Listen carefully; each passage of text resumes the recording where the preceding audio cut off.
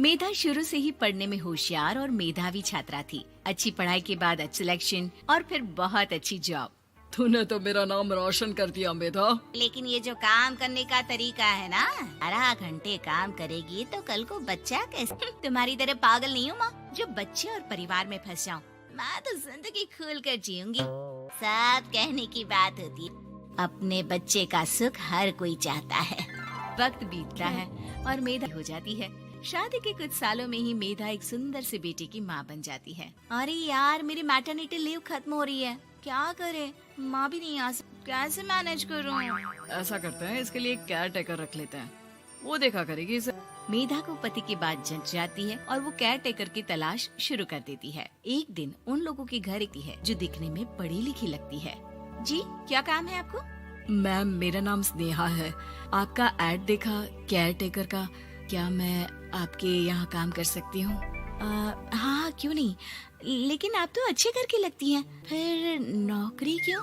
दरअसल मेरे ससुराल वालों ने मुझे घर से निकाल दिया। माँ नहीं बन सकती और माता पिता भी नहीं है इस दुनिया में, तो अरे अरे, कोई बात नहीं, तुम लक्ष्य को ही अपना बच्चा समझो और यहीं रहना, और किसी भी चीज की जरूरत हो ना तो बता देना। स्नेहा खुशी खुशी लक्ष्य को संभालने लगती है। मेधा घर पर आती है। अरे क्या बात है स्नेहा, तुमने खाना नहीं खाया क्या? अरे दीदी, आपका बेटा टाइम दे तब ना। अरे पा है तब खा लिया करो। तब तो मैं इसके पास ही बैठी रहती हूँ। कोई मच्छर या कीड़ा काट ले लक्ष्य को तो अब आप पकड़ो, मैं खाना खा लेती हूँ। स्नेहा वहाँ से चली जाती है। बहुत ही अच्छे से ख्याल रख रही है ये लक्ष्य का। मेधा, इतना तो शायद तुम भी ध्यान नहीं देती। मेधा को पति की बात बुरी तो लेकिन कुछ नहीं कहती। धीरे धीरे स्नेहा मेधा और उसके पति के साथ बाहर भी जाने लगी। सुनो, स्नेहा को भी बाजार ले चलते हैं, वो क्या है ना, लक्ष्य को देख लेगी जब तक मैं शॉपिंग कर लूंगी। हाँ चलो, वैसे मैं चाह रहा था कि लक्ष्य को लेकर हम दोनों ही चलते।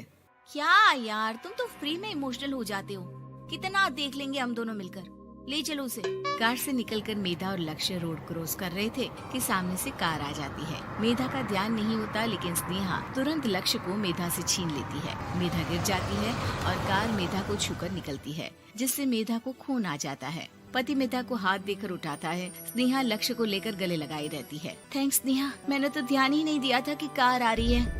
स्नेहा का गुस्सा मालकिन पर टूट पड़ता है।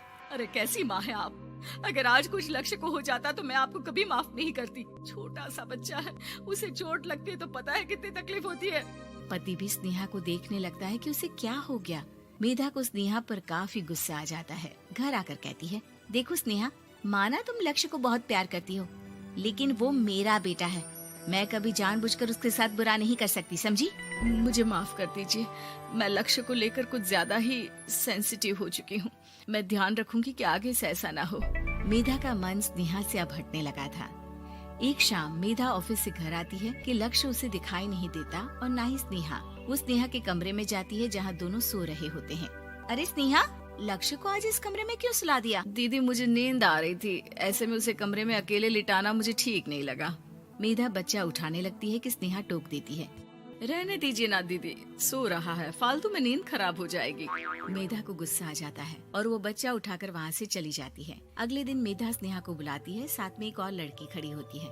स्नेहा, अब तुम अपना कुछ और देख लो, हम लोगों को नई केयर टेकर मिल गई है, तुम इस हफ्ते घर छोड़ देना। स्नेहा का मन लक्ष्य को छोड़ने का नहीं करता, लेकिन नौकरी तो नौकरी होती है ना। स्नेहा घर से चली जाती है। धीरे धीरे महीने और साल बीतते जाते हैं और लक्ष्य एक नौजवान लड़का हो जाता है। लक्ष्य, आज मुझे मंदिर जाना है, ले चलोगे? ठीक है माँ, एक काम करके अभी वापस आता हूँ, तब तक आप और पापा दोनों तैयार हो जाइए। दोनों तैयार होकर बैठ जाते हैं, लेकिन लक्ष्य काफी देर तक नहीं आता। अरे मेधा, फोन तो करो लक्ष्य को, देखो क्या हो गया उसे। मेधा फोन करती है तो पता चलता है कि लक्ष्य का एक्सीडेंट हो गया है और वो सिटी अस्पताल में है। जल्दी चलिए, पता नहीं कैसा होगा मेरा बेटा। अरे चिंता ना करो, सब ठीक होगा, मैं अभी कार निकालता हूँ। दोनों मियाँ बीवी अस्पताल पहुँचते हैं, जहाँ वो लोग देखते हैं कि लक्ष्य बिस्तर पर पड़ा होता है। एक महिला इन्हें यहाँ लेकर आई है, वो वहाँ बैठी है, लेकिन फिलहाल तो आप लोगों को इनके लिए किडनी का प्रबंध करना होगा। एक्सीडेंट में इसकी किडनी डैमेज हो गई है। मेरी ले लीजिए डॉक्टर साहब, मेरे बेटे को बचा लीजिए। नहीं नहीं, आप माँ हैं, आपकी नहीं ले सकते, पिता की भी नहीं। आप किसी रिलेटिव या दोस्त से पता कर लें, और हाँ थोड़ा जल्दी करें क्योंकि देर होने से मामला बिगड़ सकता है। मेधा बैठकर रोने लगती है कि वहाँ डॉक्टर आ जाते हैं। जिस औरत ने आपके बेटे को यहाँ भर्ती कराया था वो अपनी किडनी आपके बेटे को देना चाहती है। हाँ? कौन है वो? कहाँ है वो? तभी वहाँ स्नेहा आ जाती है। स्नेहा तुम? मैं लक्ष्य को पहचान नहीं पाई थी, लेकिन आप लोगों को देखकर समझ गई कि ये लक्ष्य है, इसलिए वापस आ गई। मैं अपनी किडनी आपके बेटे को देना चाहती हूँ। मेरी अपनी तो कोई औलाद नहीं, लेकिन लक्ष्य में मैंने हमेशा अपना बच्चा देखा। तुम धन्य हो स्नेहा, जो इतने साल में भी लक्ष्य को भूल नहीं पाई। सही मामले में तो वो तुम्हारा ही बच्चा होगा, क्योंकि जन्म भले ही मैंने दिया हो, लेकिन आज तुम उसकी जिंदगी बचा रही हो।